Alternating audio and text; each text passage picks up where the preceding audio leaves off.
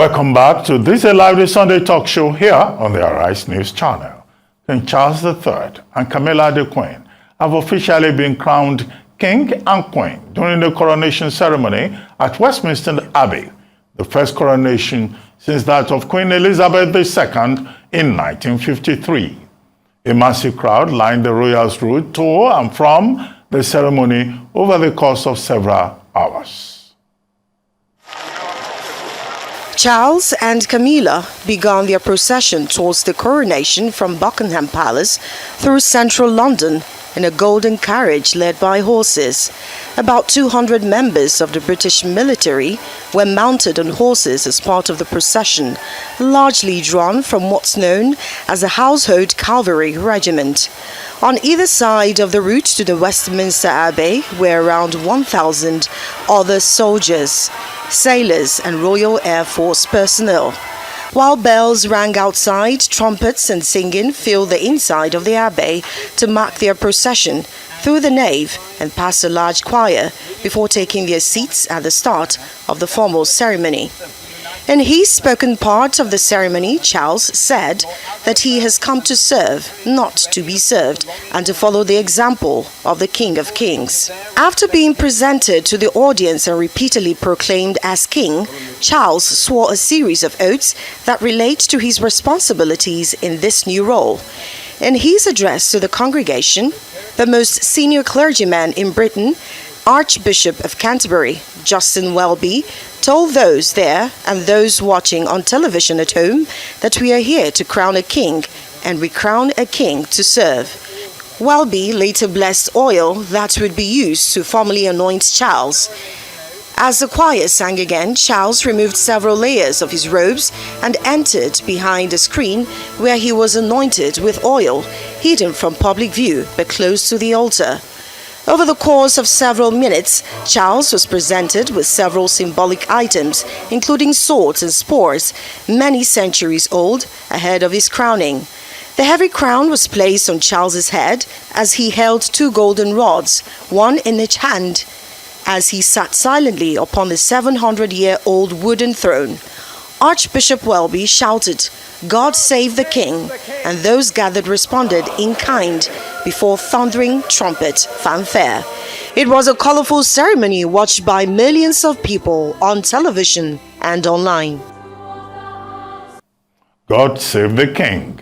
Now discussing the special relationship between Nigeria and Great Britain does not in any way come across as an easy task, but we will try. And joining us now to have a conversation around the enthronement of King Charles III and Nigeria-UK relations in the light of this development is a seasoned diplomat, politician, and administrator, Ambassador Jubrin Chinade.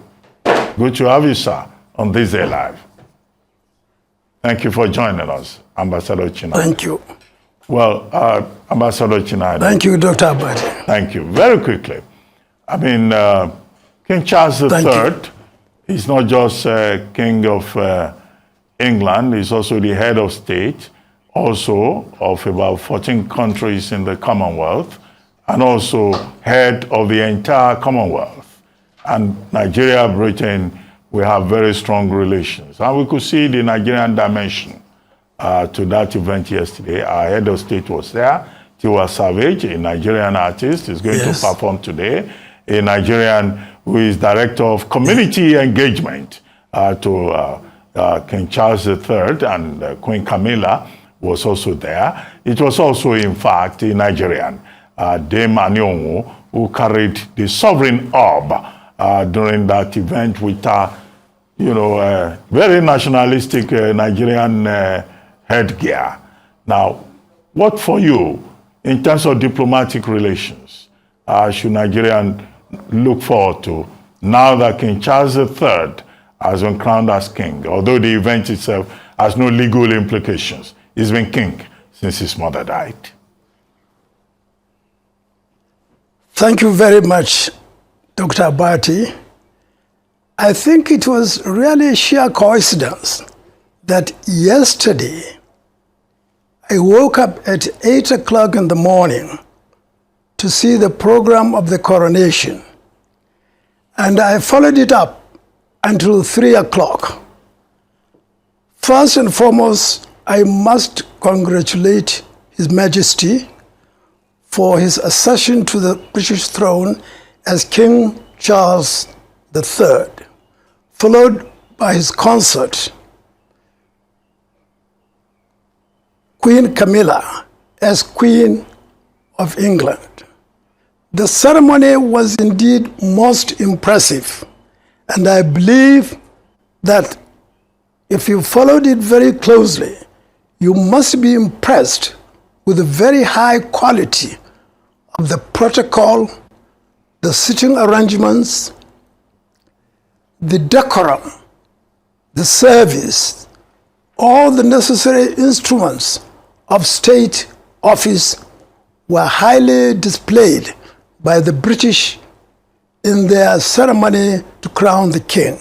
I think in terms of Nigeria, we had an excellent political, economic, security relations with the British since the amalgamation of this country in 1914. We were under the British colonial administration until 1960. So we have imbibed a lot of the value system of the British through our educational system, political system, parliamentary system, which at one time we have experienced, and in fact, through cultural exchange value system. The British had a lot of influence on this country, and we are still in excellent political, economic, security relations with them. We just hope and pray that the reign of King Charles III will be another period of improved relations between Nigeria and Britain. Well, Ambassador Chinade, one of the major issues around this coronation has been the interface with colony.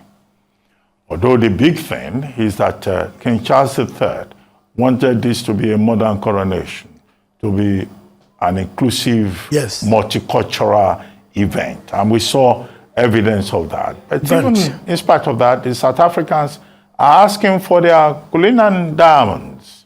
The Indians are saying that the Koh-i-Noor should not be used in the crown that will be worn by Queen Camilla, which was why, you know, the wife of the king had to go for another crown, the one that was worn by Queen Mary in 1911. Now, these tensions about culture, colony, and empire, do you think it's something that will ever go away? No, it's always been part of history, and you can't really eliminate history. The British were at one time the most powerful colonial authority in the world. They were ruling India, they were ruling Canada, they are ruling Australia, and a big chunk of the African continent. So through this political control and domination, they have, of course, naturally taken advantage either of the cultural or the economic relations between Britain and these countries. It's always part of the history of colonial administration that once you have two cultures, two administrative systems, and two people exchanging contacts at political level, there must be exchange. And I don't blame the South Africans or the Indians or even the Nigerians for asking some of their valued cultures to be returned. But I think everything has its own time. The coronation of the king, I don't think is the time to raise these issues. The king has no direct authority to intervene at this level. We should first and foremost await for him to settle down, await the British government to take cognizance of this demand and examine it politically before there is any political pressure. So I'm not saying that they have made any mistakes, but everything has its timing. But I don't think the time is right on the day of the coronation. Well, let's talk about the Commonwealth. The Commonwealth was very well represented. Indeed, ahead of the coronation, the king met with the representatives of the Commonwealth and even had a group photograph with them. But you recall that there have been tensions, requests for reform within the Commonwealth, an attempt to break away from the almost permanent status as head that Great Britain enjoys in that body. What are we likely to see going forward in terms of the Commonwealth, even if, Of course, the Commonwealth has evolved in the last 150 years. At one time, the Commonwealth was administered directly by the British government. Then, of course, we had the independence of India in 1947. We have the independence of Nigeria in 1960, and so many countries. I was in London when there was a meeting for the Commonwealth to transform itself into some sort of loose political association.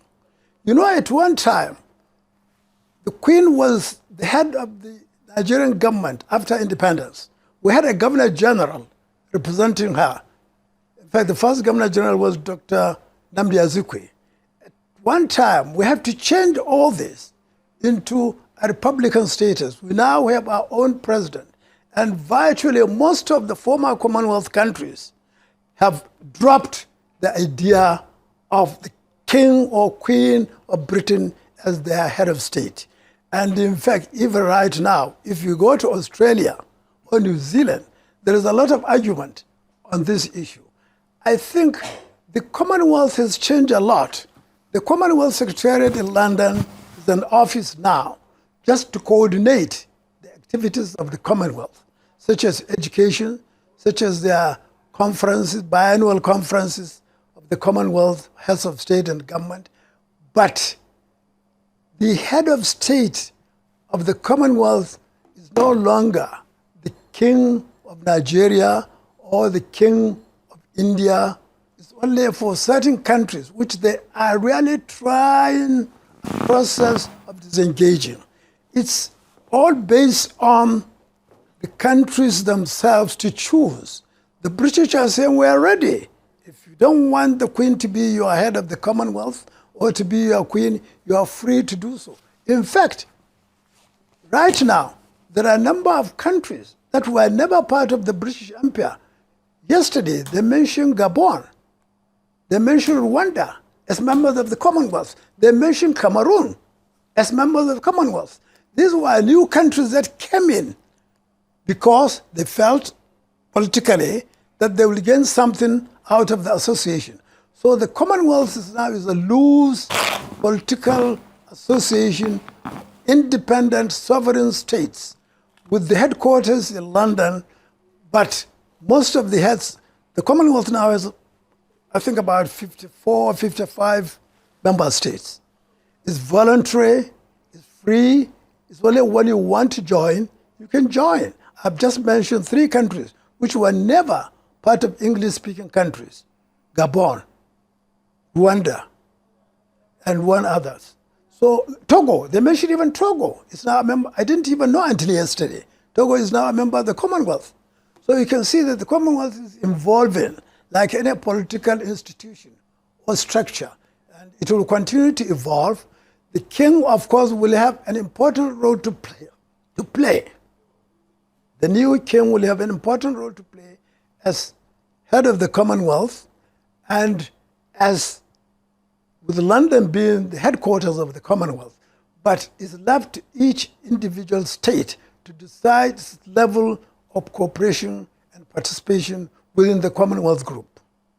You are very right, sir. I mean, Rwanda was the last non-Commonwealth country to join in 2009, and then followed by Togo and Gabon that have also applied to join the Commonwealth. And indeed, yesterday we saw the president of Gabon invited to that coronation ceremony.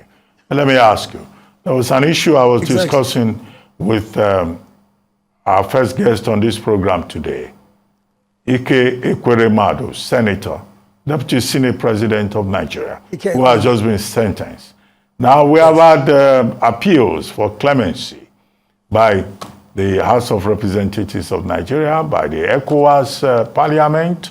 We have also had appeals from private citizens and others asking the British government and the court at the Old Bailey to temper justice with mercy.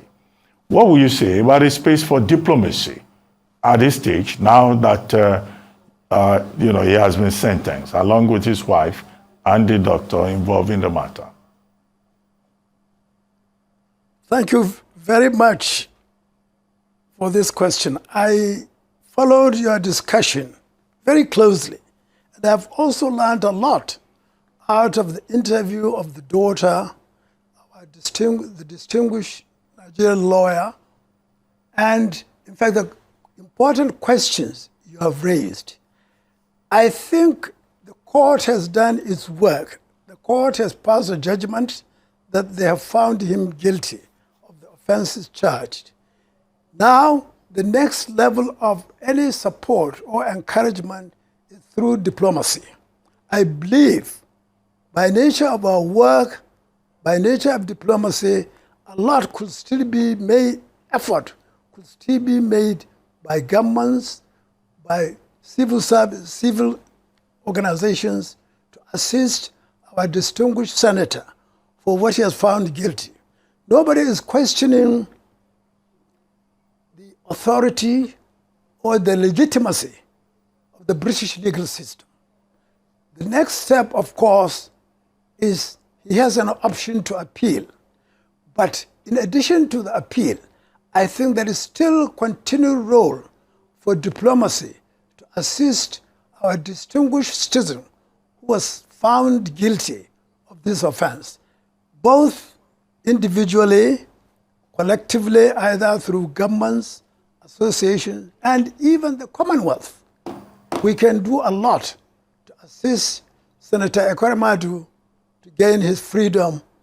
One of the options, just mentioning our program now, is the question of appeal to the new king as to seek for mercy. This may be a little bit too early to expect him to intervene. He has just assumed his office as the King of Great Britain and Northern Ireland. But diplomacy is always a continuous process. We have British High Commissioner here with us. We have the Nigerian High Commissioner in London. We have the Commonwealth Secretariat. And of course, we have huge number of NGOs in Nigeria that can still appeal to the British Parliament, to the British royalty, to the British public opinion, because some element of human mistake has been made. This man has gone out to assist his daughter, Sonia. He is not there for any monetary or personal gain. It's his own personal daughter with this chronic problem of kidney. So I am a grandfather, I am a father. I will do anything I can to assist my daughter. Unfortunately, he has not benefited from either the advice of his doctor or the advice of his friends for this particular trip to London. But I believe the Nigerian diplomatic system, the level of cooperation and understanding that we have established with the British government and the British people will still go a long way to assist Senator Ekweremadu to gain his freedom, possibly some sort of pardon before the end of his 10-year term of imprisonment. It's just an appeal. But I think the only advice I will give as a diplomat is to reduce publicity. We diplomats like to operate very softly, quietly, and without need for public attention. And I think any appeal, any pressure group, any approach, either to His Royal His Majesty, the King of Britain, or to the British government, should please be on a very quiet level of diplomacy. Let us not continue to advertise, either to publicize ourselves that we are doing something for him, or to publicize the efforts we are making to free one of our distinguished political figures in this country. Well, on that note, I would like to thank you very much, Ambassador Jubrin Chinade, for joining us on this Day Live, the Sunday Talk Show. Thank you very much